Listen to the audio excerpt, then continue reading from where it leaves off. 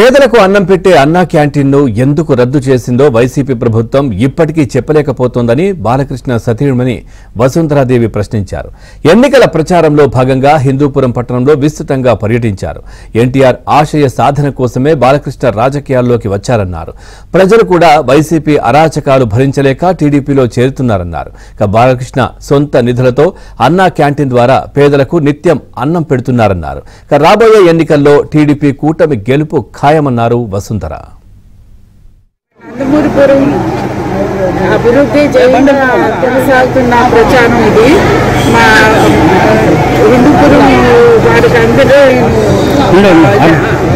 నేను రిక్వెస్ట్ చేస్తున్నాను, అందరూ మన ఊరు మన భవిష్యత్ గురించి స్వార్థంగా ఆలోచించి మా 2 ఓట్లు మన సైకిల్ వేసి ఎంపీ ఎమ్మెల్యే 2 వేసి మమ్మల్ని ఆశీర్వదించండి.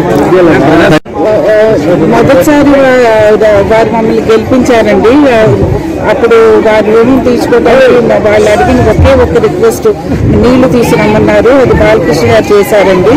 రెండోసారి గెలిపించిన తర్వాత అన్నా క్యాంటీన్ వాళ్ళ నోటి దగ్గర అన్నం భోజనం అదే గవర్నమెంట్ లాగేస్తే వైసీపీ గవర్నమెంట్ అన్నా క్యాంటీన్ ఓపెన్ చేశారు మన వాళ్ళ కోసం.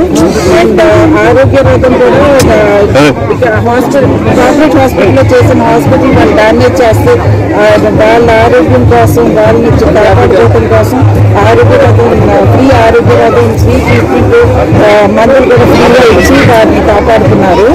ఈ రకంగా రుణం తీర్చుకున్నారండి. ఇదే కాదు ఇంకా చాలా పనులు చేశారు. ఈసారి గెలిపించిన తర్వాత మళ్ళీ వాళ్ళకి కావాల్సిన విధంగా వారు రుణం తీర్చుకున్నారు.